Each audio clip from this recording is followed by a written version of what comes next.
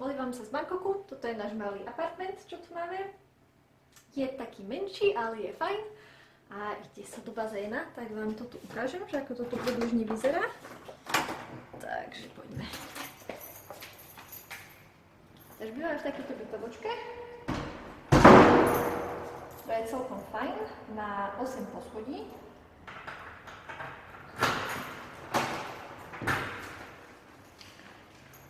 A sme na chodbe a šup do výťahu.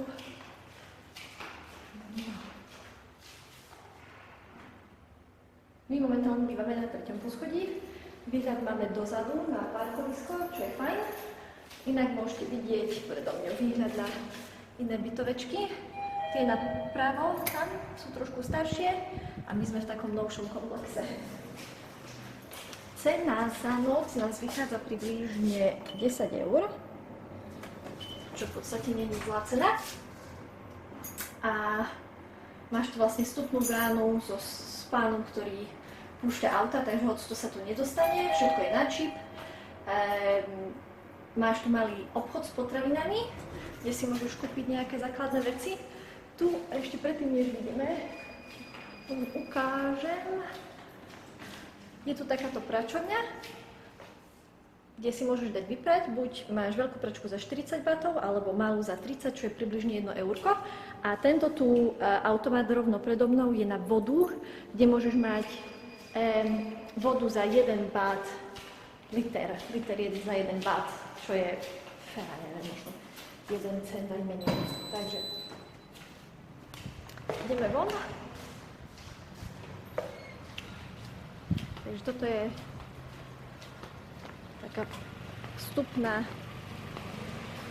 parkovisko s autičkami a môžeš vidieť, že ako toto v podstate vyzerá. Takže už sa blížime k bazénu,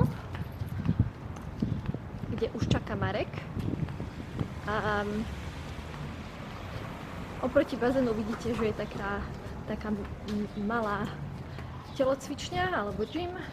A taktiež je tu malá knižnička, kde si môžete ísť čítať alebo robiť nejaké práce na počítači. Je tam jeden počítač v dispozícii, ale väčšinou si ľudia prinesú vlastné. Takže je to tu fajn. Je to tu pekné. Nemáme sa na čo sťažovať. No a už po mojej ľavej ruke bude vidno bazén. Teta, ktorá kontroluje lístky.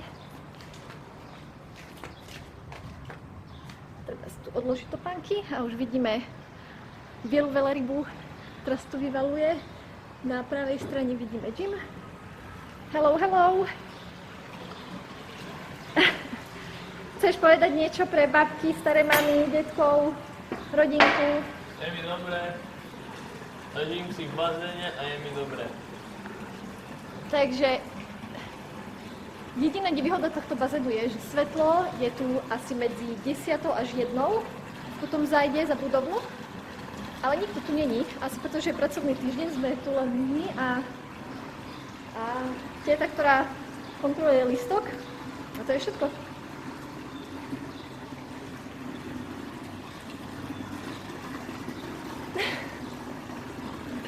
OK, tak končím. Majte sa.